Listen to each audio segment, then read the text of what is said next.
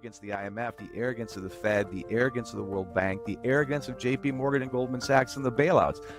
All those accumulating sins of thinking we could work with impunity with our currency and our monetary policies has now kind of hit that uh-oh moment. It is the mother of all central banks. It has all kinds of political immunities and tax immunities, and if you take it's the dark side of the force when it comes, if you look at central banks skeptically, and if you look at the Fed skeptically, or the Bank of England or the ECB skeptically, and you look at the history of the creature from Jekyll Island, which is how the Fed was created, by what is effectively a cartel, a racket of insider bankers. If you look at it negatively, then Basel and the Bank of International Settlements would be the dark star, the mother bank of all banks. I am no fan of the BIS. But when the BIS says we are now recognizing gold, physical gold, allocated on your balance sheet as a tier 1 asset, what they're really saying is we don't like the US Treasury as much as we did last week or last year or 10 years ago. There's a great quote by Henry Kissinger that said to be an enemy of America, well, that's dangerous, but to be a friend of America, that's fatal. Because America will only do what America wants for itself. If we have low rates and more expansion of credit, we then debase the dollar. If we debase the dollar, we have more inflation risk. But now at 37 trillion in public debt, we can't even fight inflation like Volcker could, because we can't raise rates to fight inflation. In fact, raising rates now is an inflationary event, because it just means that the cost of, he's trapped. The darker side behind the stable coin is, look, in addition to making Tether very wealthy and giving, the Uncle Sam a lot of money, this is still a crypto in the sense it's programmable, trackable, and seizable. It's not issued by a central bank. It's issued by a commercial bank or a fintech company. And if you actually think that isn't the same thing as a central bank digital currency, you have to understand how commercial banks and fintech are tied to the hip of government and the Fed. It's the same thing. It's still trackable. It's still seizable. You can still be that Canadian truck driver and not have your dollar when you need it. If you join the wrong group, say the wrong thing, or don't take the right jab 10 years from now. This is setting up perfect control for a major population. When I'm in Switzerland, in Zurich, it's a very wealthy town with very wealthy citizens, but the wealthiest cars, the Bentleys, the Ferraris, the Porsches, they have Ukrainian license plates. Why? Because there was so many bad, corrupt deals made of so many corrupt, everyone knew before the war the most corrupt country in Europe was Ukraine. The whole Zelensky crowd have made such a personal fortune. They're coming to Switzerland to hide with their stolen money that U.S. taxpayers paid for. John Adams, he says, look, the countries borrow from each other. When that doesn't work, they borrow from banks. When that doesn't work, they go to war. And when that doesn't work, they just steal from the people. And that's kind of where we're at now.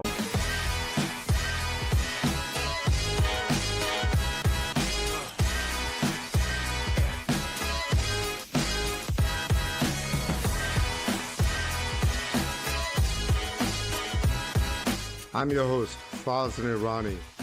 Let's connect the dots.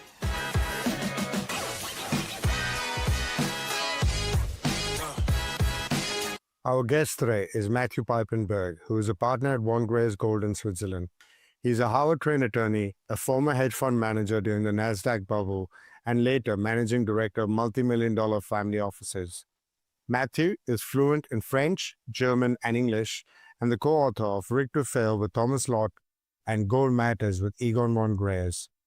Welcome, Matthew. It's a pleasure to have you on our show today. It's my pleasure, Farzan, to be here. There's always so many things to talk about. So looking forward to exchanging thoughts, swapping ideas today. Thank you, Matthew. Just for people, the rare person who might not know who you are, honestly, in your own words, could you just describe your journey up to where you are so far in your career? Yeah, I mean, I always say the same thing. I was an accidental tourist in the markets and risk assets. I came out of school in the mid-90s and out of grad school as an attorney, and I practiced for about 20 seconds before a very good friend of mine, then and now from high school and university, had started a hedge fund. He had come from the investment banking side. This was during the height of the dot-com, just as the dot-com mania was starting in the late 90s. And I had just taken the bar exam. I was looking around at my future, and he says, "No, we're going to start a hedge fund. This tech boom. It's going to be great. Everything's going up and to the right. It's all about the Internet of Things. This is going to be extraordinary, and we're going to buy some pre-IPOs from contacts at Goldman Sachs, and it's just going to be just the best of times," which it was, and that was a period. It was a mania. To Charlie McKay's point, that was the madness of crowds. This idea, if you put a .com on the top of anything, it would do well. We had the classic examples of pets.com and toys.com. That kind of .com pre-IPO period at Robbie Stevens on the West Coast, and just everyone spitting out .coms. That's my learning curve in the markets, and I'm not afraid to admit we didn't know a stock from a bond. It was just a momentum sentiment trade that of our generation that you couldn't miss. And for a couple of years, to quote Dickens, it was the best of times and it was the worst of times. But for a couple of years there, it was just extraordinary.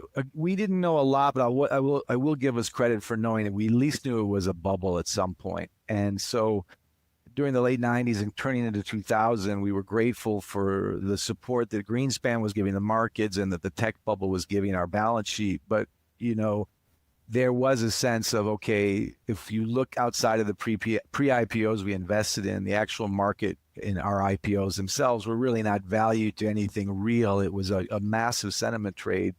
So we were lucky to get out a couple months before April of 2000 when it just tanked. And we were in positions that had really no earnings and really no story or narrative or frankly even a market, but there was just this huge momentum behind it. Long story short, we were very lucky. That's all I'll say. And and really, it's not even false modesty. I mean, we really were lucky.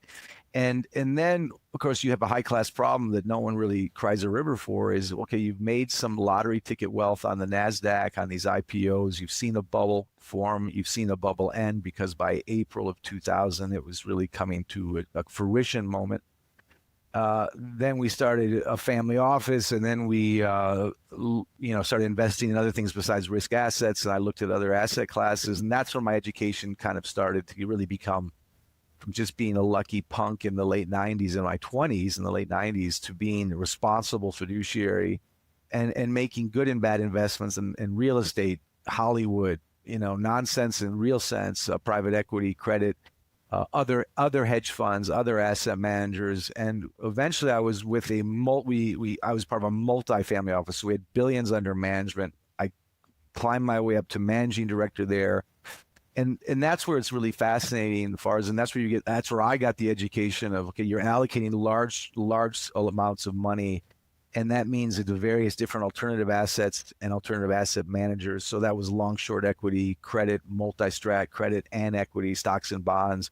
You're looking at real estate, of course. You're looking at energy. You're looking at oil. You're looking at some hard assets in the family office space. But you're really just, you become a good BS detector, because when you have that kind of money to allocate, usually the other side, on the sell side, answers the phone calls. So you get to talk with the good, the bad, and the ugly of all of these asset classes. And you really do meet some extraordinary portfolio managers and some really interesting entrepreneurs.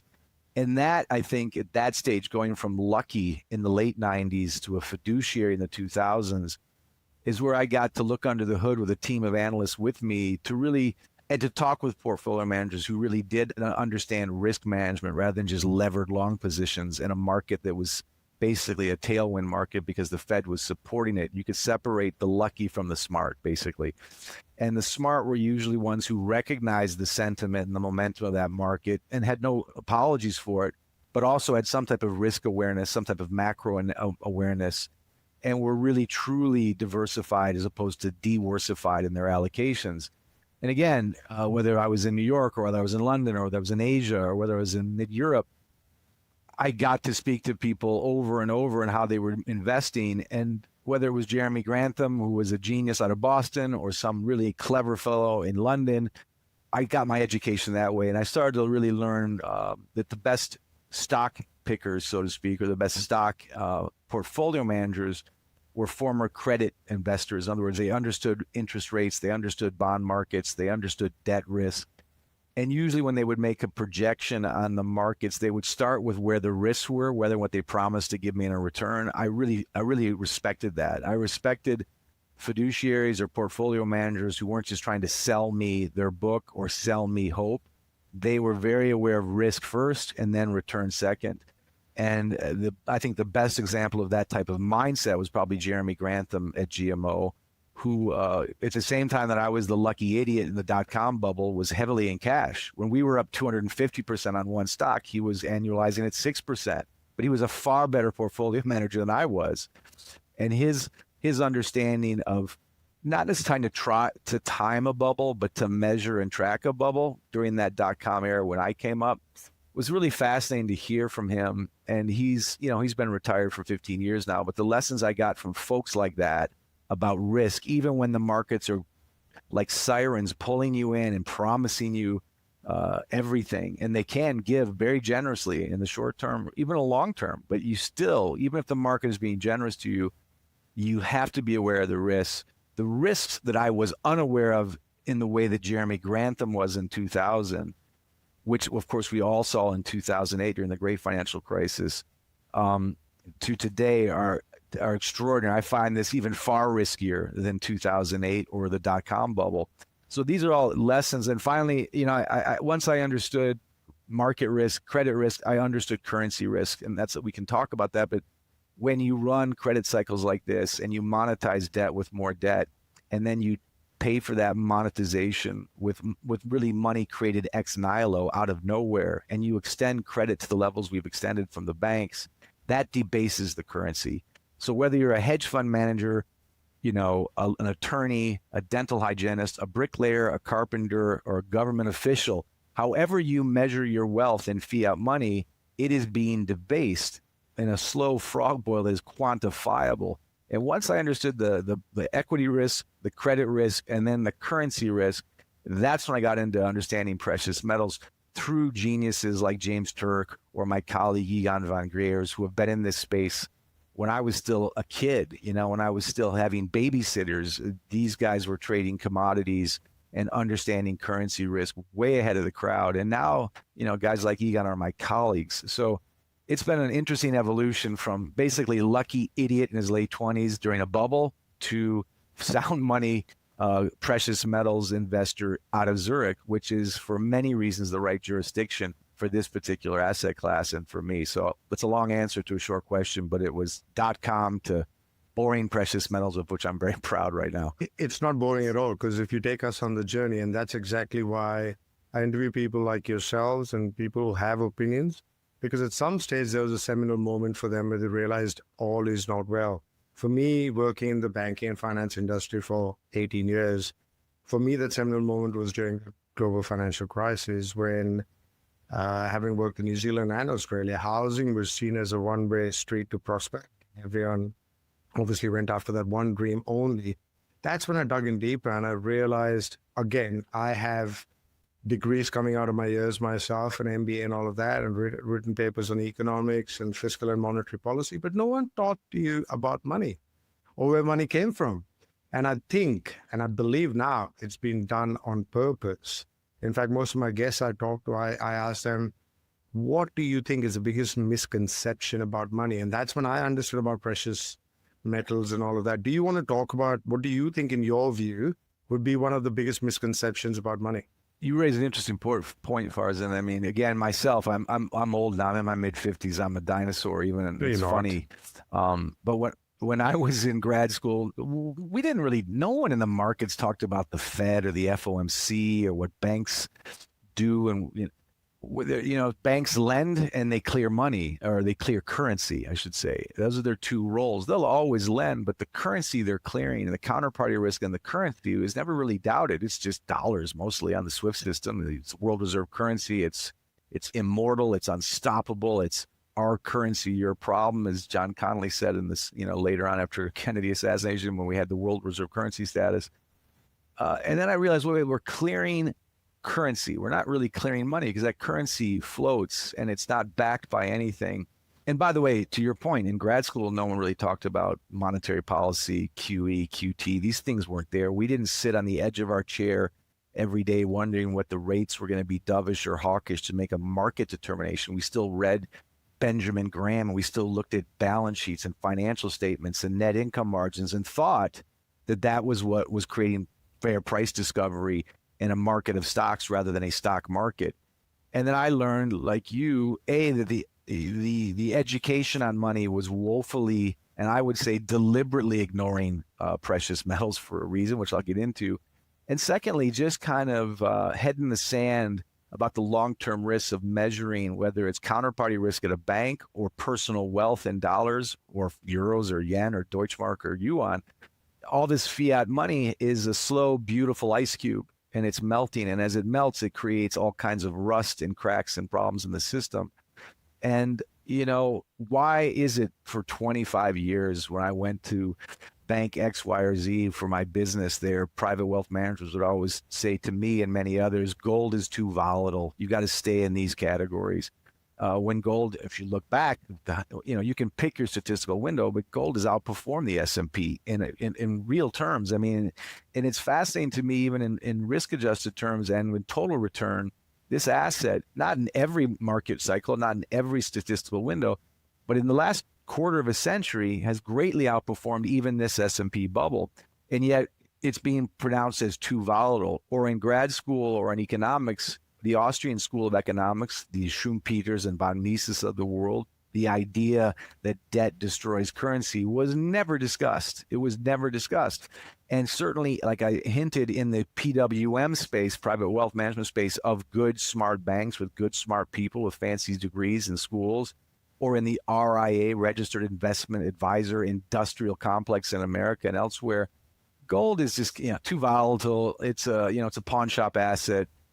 I don't think it was always deliberate dishonesty, but it was the mean you were taught, and it was the understanding that, you know, the real safe havens are in smart allocations in different asset classes. But I think it's actually at some ground level, and this may sound tinfoil hatted, I think it's a very deliberate determination by the education system and by the political system, and of course the banking system, to keep gold to the side for decades. Now they can't. It's undeniable, and we'll get into that. But, you know, as I've said, there was a lot of great books written during the time, and we went off the gold standard in '71 in the U.S. And the biggest concern when the Fed chairman and the president and Kissinger and others would get into the White House for their mornings of Master of the Universe, reshaping the world, their first question after we got off the gold standard is, what is the gold price? What is the gold price? Because gold rising is really many things, but the most important thing, it is a neon flashing signal that the dollar is losing credibility. Regardless of its relative price on the DXY versus other currencies, when gold makes significant headline moves, that's not just great for gold investors or speculators. What that's saying is the underlying currency, the world reserve currency, is losing respect, losing credibility, losing trust. So even in the 70s, when Nixon promised, A, that the decoupling from gold would be temporary, fast forward 54 years, we haven't done anything about it, and B, that your dollar would be worth just as much tomorrow as today. Those are two blatant lies. But notwithstanding the fact that those are blatant lies, just amazing, one of many to come out of the DC cesspool, that, you know, we haven't seen that there's been a massive decline in the purchasing power of the US dollar vis-a-vis gold in those 54 years, over 99%. So that's not a gold bug case. That's a sign that the dollar is getting weaker. And they were worried every day, where's the gold price? Because they were worried about credibility for the US dollar. And since that time, when they were worried, they created other ways to create demand for this. They put lipstick on the pig, basically, of this debased dollar by creating the petrodollar system in the OPEC nations. Now worldwide oil has to be pegged to the dollar. Brilliant move to buy time, to create demand for this dollar. They inflated the oil price to create more demand for the dollar. They made it the key of the international SWIFT system for payments among banks. Even countries outside the U.S. in loans outside of U.S. banks are basically lending in U.S. dollars, so it's dollar-denominated credit. In other words, they created this massive, as Brent Johnson would say, milkshake straw-sucking sound where there's dollar demand constantly from the global system because that is the exorbitant privilege of the world reserve currency. And as John Connolly said, our currency, your problem. And for many, many years that worked. We created these false sponges to absorb otherwise debased dollars all over the world. And we created the IMF and the World Bank to give usurious loans to South America and the rest of the world and Africa. In other words, we created sponges everywhere to drink our rotten dollar. Great, fine, realpolitik, that makes sense.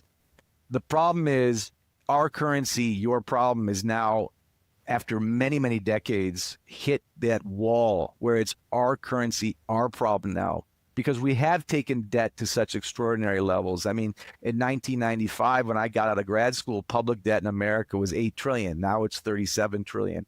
So we've gotten too exorbitant with our privilege. We've lost credibility. We've extended too much debt. We've printed too much money. We've extended too many IOUs, US Treasuries.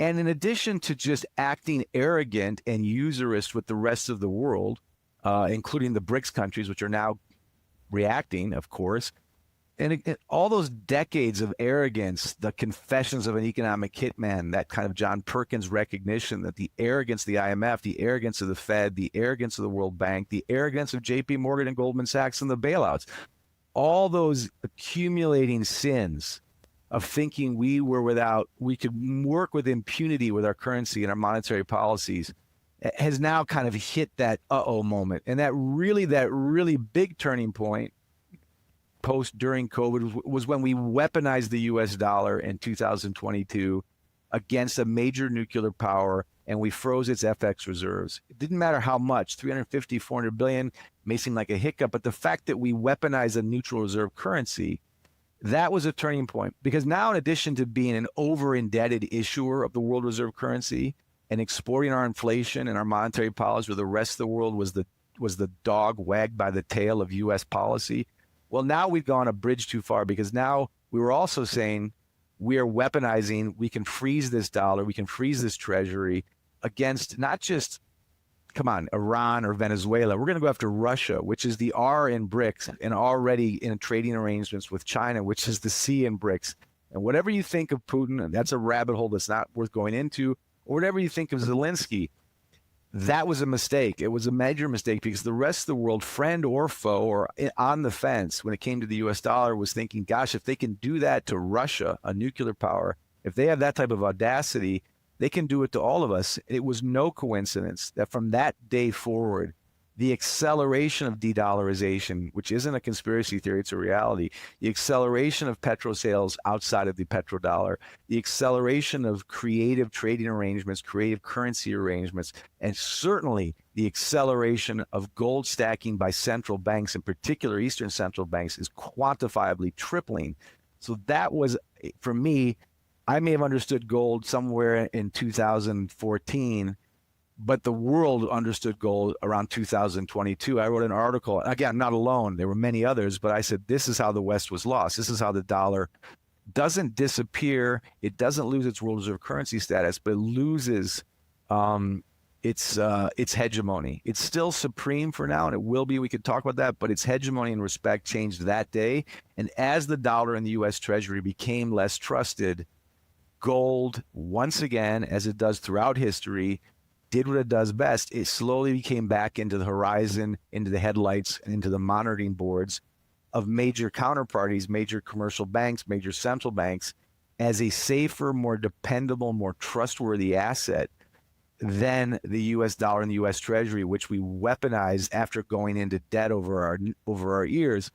So that was fascinating. And now the dollar is not as trusted. The US Treasury is not as loved. And we're seeing evidence of what that means in so many areas, in the bond market, in the currency market, in the gold market, in our foreign policy, and certainly in our monetary policy. So all of this comes back from debt, and all the debt has ramifications, ripple effects on the dollar. And these aren't even, Farzan, these aren't even gold bug or gold or precious metal discussions anymore. They're pretty universal. What was not discussed in grad school and should have been discussed is now on the headlines everywhere. Gold revaluation, a gold-backed US Treasury. These are now things coming up on the horizon that were unthinkable 5 or 10 years ago. And now it's headline policy because the jig is up. As you said, the jig is up, Matthew. Thanks for that. And the point that you covered there, as I said, a seminal moment, and I think exactly like you. I think it was when the Ukraine-Russia conflict started and when they froze the funds, as Jim Rickards has also said, and many people have commentated on it. That is the time when every other country, whether it's the UAE or China, started selling US Treasuries anyways. Now it's Japan selling US Treasuries. And that's when even a country like India was like, okay, what do we do next? So countries like India and Turkey were buying gold. Other central banks were buying gold just to diversify from the US Treasury. And as you said, since then, gold is being looked at differently. Obviously, the less they talk about gold, they don't want to acknowledge it, first of all, because gold is money. It's God's money, as they say, gold and silver. So they don't want to talk about it because the minute they talk about it, it gets acknowledged. And it was this Russian moment, freezing the funds, that got it into people's minds. The other thing I just want to talk about, obviously, I was raised in India, but then I've lived overseas. In countries like India and China, we just gift gold and it is just seen as wealth because that is exactly what you do. Whereas in Western, wrongly might be calling them democracies because they're not democracies so much nowadays. They're turning more towards dictatorships. But in Western democracies, like now, leave your money in the bank, earn a return. And I think, I can't remember the commentator, again, this could be, I think Jim Riccardo says, a dollar is not a dollar. You have to put it in a bank to earn interest, which means there's counterparty risk. Whereas with gold, as you just mentioned, an ounce is an ounce is an ounce. It's not that gold is volatile. What's your measuring stick? Because even in US dollars, if the US dollar is depreciating, I think other currencies are depreciating a lot more.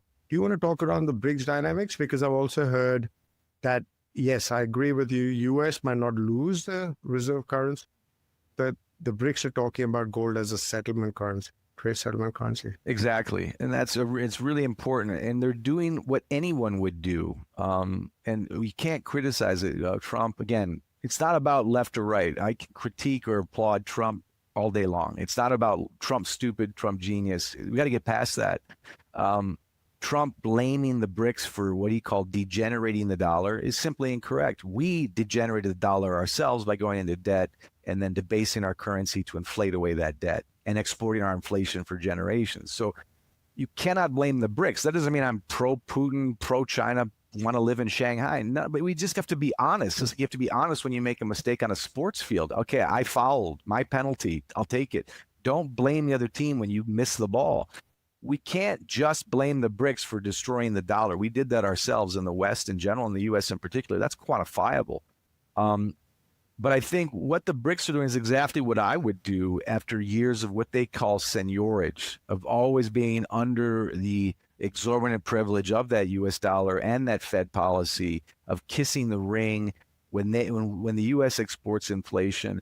And, you know, to your point, like you said, in India or China, and I've been to Turkey, when you have conversations in these countries, gold is so obvious culturally, historically, because they've been under the boot of so many different colonial powers and currencies and experiences.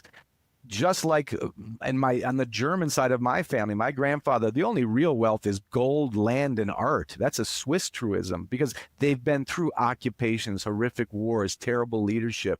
They have the memory of currencies coming and going. It's discussed around the Stammtisch, the conversation at dinner. Americans talk about Tesla, Ferraris, F1, frickin' polo, baseball, football, whatever. We're such teenagers. And I love America, but we have no grasp of inside our own borders and currency destruction, at least not since the 1930s in the Dust Bowl, when our banks were failing, but the loans that were outstanding, which were not FDI insured, were still outstanding, even though the banks had failed. So farmers were broke. They couldn't get loans. Their houses were being foreclosed by banks that weren't even there. The mortgages were transferred. So other than that, America's lived in this splendid isolation, but countries like India, China, the BRICS, they're used to this. And now I think the straw that broke the camel's back was 2022 when we weaponized this dollar. And so what are they doing? Not even, as you know, India has a very different worldview and very different foreign policy than Russia and China. They're not all monolithic thinkers. And Brazil is not India, and the rupee is not the real. And so, of course, there are different perspectives, different concerns, but what all of these countries in the BRICS plus others, what they all have in common is they trust gold. and they have a certain skepticism about U.S. policy, especially now. So what gold is, what they're doing with the BRICS isn't saying, okay, we're going to get together, we're going to sacrifice our regional currencies, we're going to tie everything, rupee, real, yuan, ruble to gold. It's going to be redeemable only out of Moscow, and we're going to trust Russia if we need to redeem our BRICS currency into gold, etc. That's not what they're saying. If you look carefully, what the BRICS are doing with Enbridge and other ideas in South Africa and Kazan, they're doing what their finance ministers have been talking about for years. They want basically regional currencies, but trade settlements in gold with real assets and gold tied to local currencies. In other words, we want to have gold a part of how we settle trades among ourselves, not be tied to one gold-backed BRICS currency, which is actually very, very flexible, very brilliant, and very scalable, especially if they have the contingent reserve arrangements, basically their version of the World Bank and the IMF. And they're creating a smaller system of what the West has been creating for years. And they trust gold as a trade settlement currency, not as a backed currency. And I think that gives them more flexibility. And I think the BRICS are doing, again, what I would do. What the arrogance of the West and the U.S. is, no, they can't. We have built this Maginot Line of dollar and the SWIFT system, and we have created transfer systems that the world is dependent on. We are the world reserve currency. Debts are owed in our name. We are still holding the majority of FX reserve transactions. We are the Maginot Line. And if anyone knows history and knows France, the Maginot Line was built between World War I and World War II to protect France from the Huns. And they built this, and I've been there many times with my kids, they built this extraordinary network of forts. And it was understandably defensive and traumatized by World War I. But what did the Germans do when they hit the Maginot Line? They just went around it in the Ardennes. And I'm saying what the BRICS are doing is they're not trying to defeat the dollar. They're not trying to ruin the dollar. They're not even trying to replace the dollar. They're just going around it by creating their own gold-backed trade reserve currencies, by repatriating their own gold inside their own borders, many of whom don't report gold honestly to World Gold Council. So I think Russia has probably a lot more gold, and China a lot more gold than is reported. And I would argue China has more gold than the U.S. But they're repatriating their gold. They're net settling outside of the U.S. dollar in gold transactions. And, there are now 45 countries trading outside of the U.S. dollar, which only happened because 2022 finally pushed them too far. Because not only was America so arrogant to be in debt up to its knees, ears, and then forehead, and still say it's the world reserve currency, do what we say. Oh, and by the way, if you don't play along, we're going to freeze your assets. I think that was like, okay, China and Russia got together with the other BRICS and says, we've got to think 20 years ahead, not 20 minutes now. These are the plans, and this is the tipping point. And again, it doesn't mean the end of the world reserve currency or the end of the dollar. It means a repricing and a re-examination of the dollar. And it also, to me, suggests that, trust in America really felt there for a number of reasons. That was, as Jeffrey Sachs and Mershon, that was an avoidable war, in my opinion, but that's another rabbit hole. I think a lot of things went wrong in 2022. And again, Barack Obama, who was the president when Biden was the vice president in 2015, when we had problems with Syria, despite problems with Syria, he says we cannot weaponize a neutral reserve asset against a major country. We can't keep doing that. Robert Triffin came to our Congress in the 60s, said, don't do this. Again, John Maynard Keynes, when you have a neutral reserve asset, you can't politicize it. Well, somehow Biden managed to do that despite being under the tutelage of Barack Obama.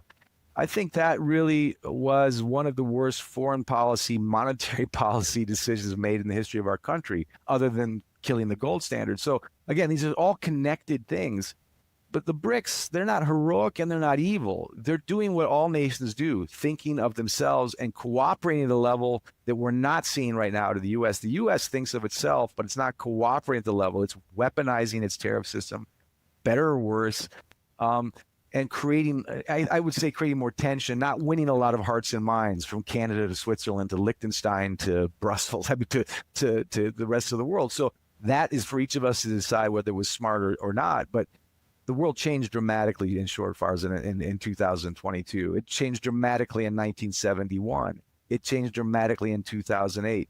All of these things that are changes, though, whether it was getting off the gold standard, whether it was the great financial crisis, whether it was the dot-com bubble in the markets, whether it's now foreign policy in the Middle East or the East, and whether it's the rise of the BRICS, all of these things happen, not to mention the repo crisis, the gilt crisis, the banking crisis in 2023, the Liberation Day crisis in April this year. All of these things we're talking about come back to a country that's making policy out of desperation because of its debt levels and its currency is less trusted. It's a slow and steady process towards a currency cliff, the evidence of which is everywhere and should not be considered gold bug gloom and doom talk. It's not. I've been bullish in markets on and off throughout this series, but the long-term direction of the dollar and the long-term direction of debt is there for everyone to see.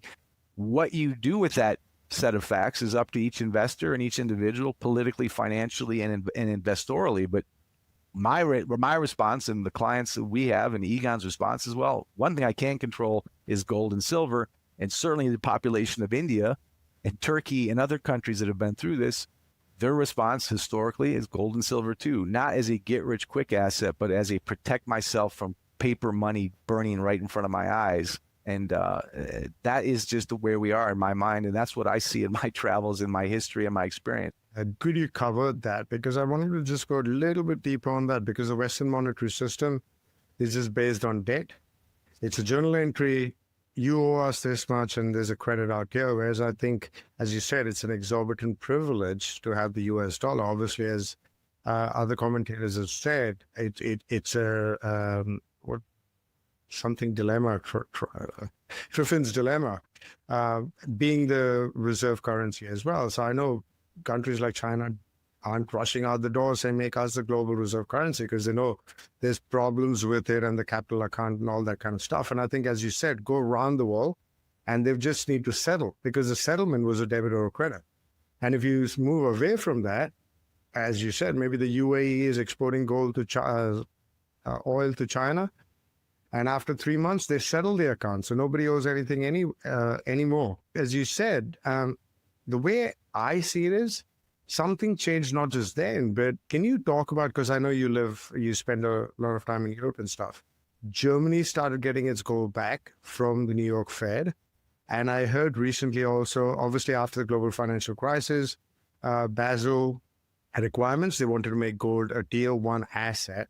So the people who were watching, or the insiders, or people like you and I, knew that was going on behind the scenes.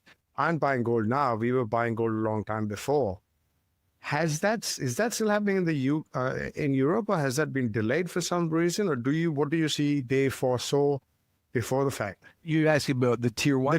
The tier one. Why was that changed, and has it been implemented in Europe yet? Yeah, I mean, effectively, it becomes effective July 1st, 2025, the official tier 1 status of gold in commercial banks. So what that would mean is when a bank lists, I'll put this into some perspective, people have different levels of awareness of banks, which is totally understandable. There's probably some who know much more and some who know very little. That's fine.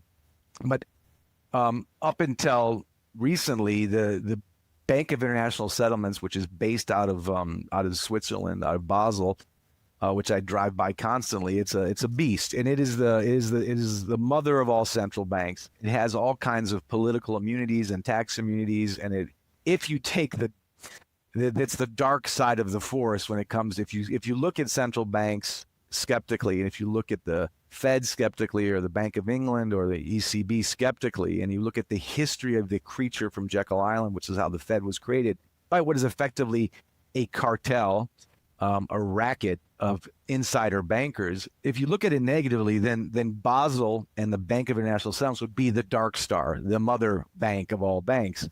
If you look at it neutrally as just a good banker, they create liquidity, they create regulations, they create bank safety. So you can look at it neutrally, negatively, or you can even see it as a positive. I look at it more negative to neutral, much more negative than neutral.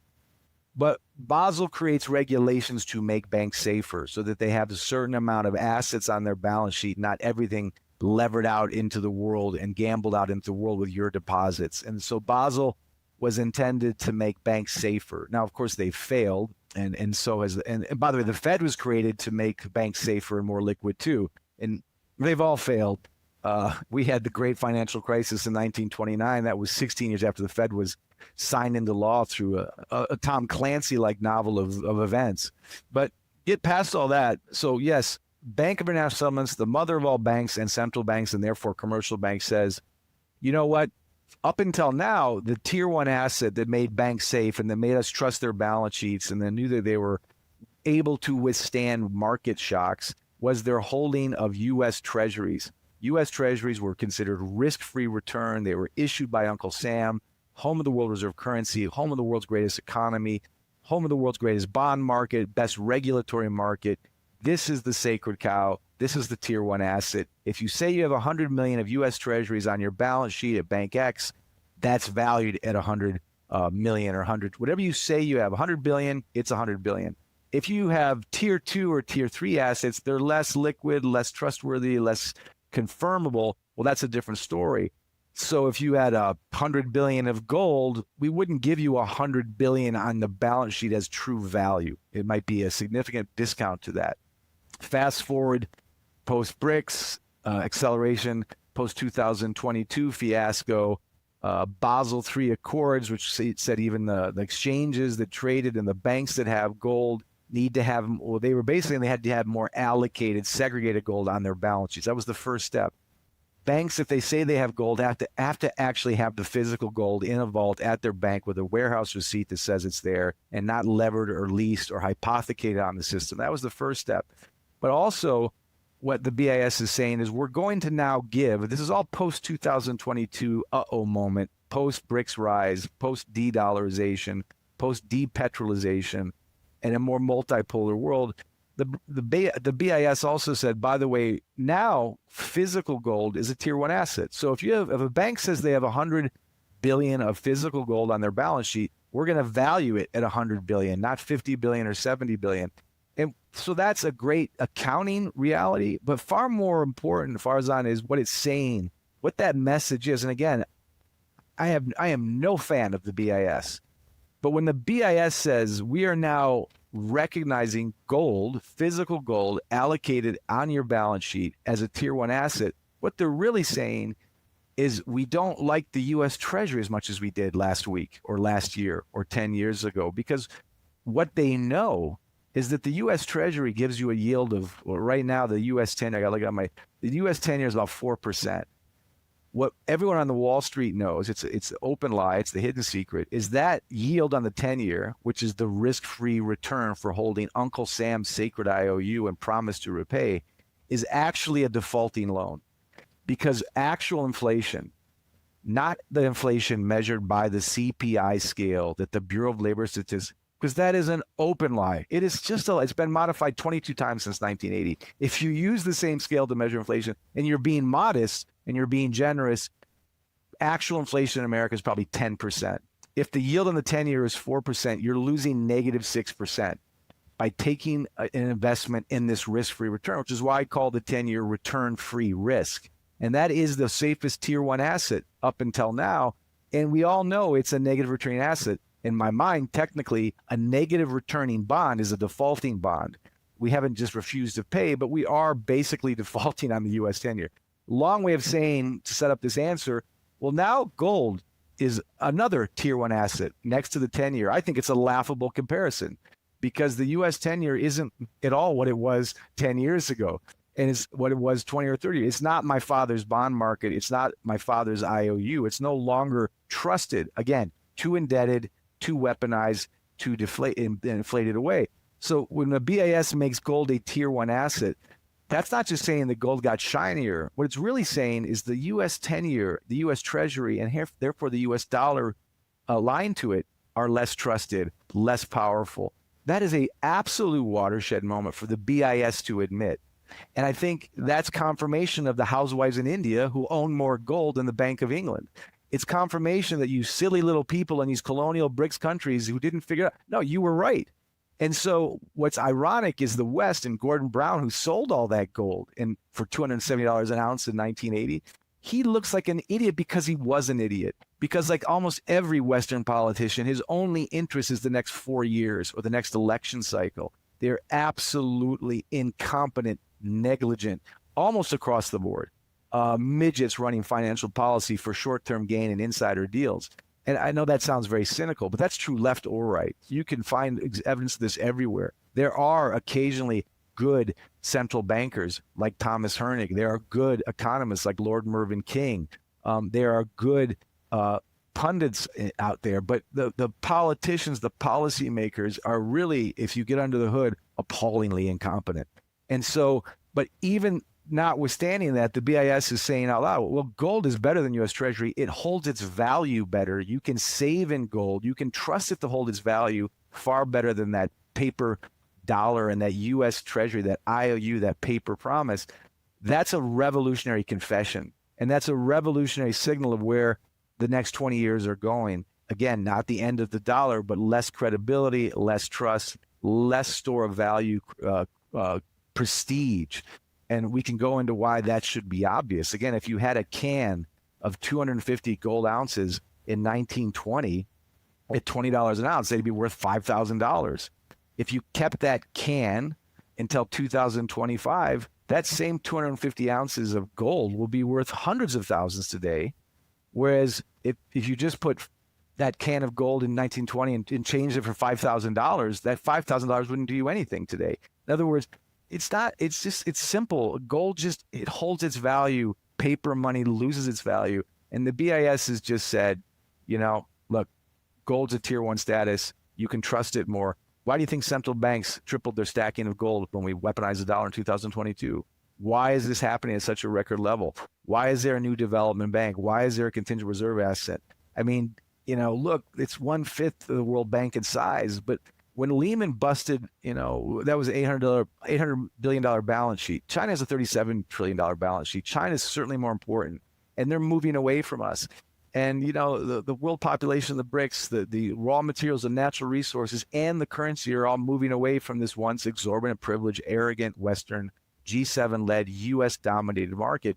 Again, not the end of these markets, but a radical demotion in their power and their leverage. And this gets into the revaluation of gold conversation too. But it's all connected, Farzan. But yeah, the tier 1 status is huge, not just for what it says about gold, but what it says about gold as a settlement asset, what it says about gold as the directional real store of value, and what it says about the old ways of the U.S. 10-year. It's a major demotion. You've gone from general to private.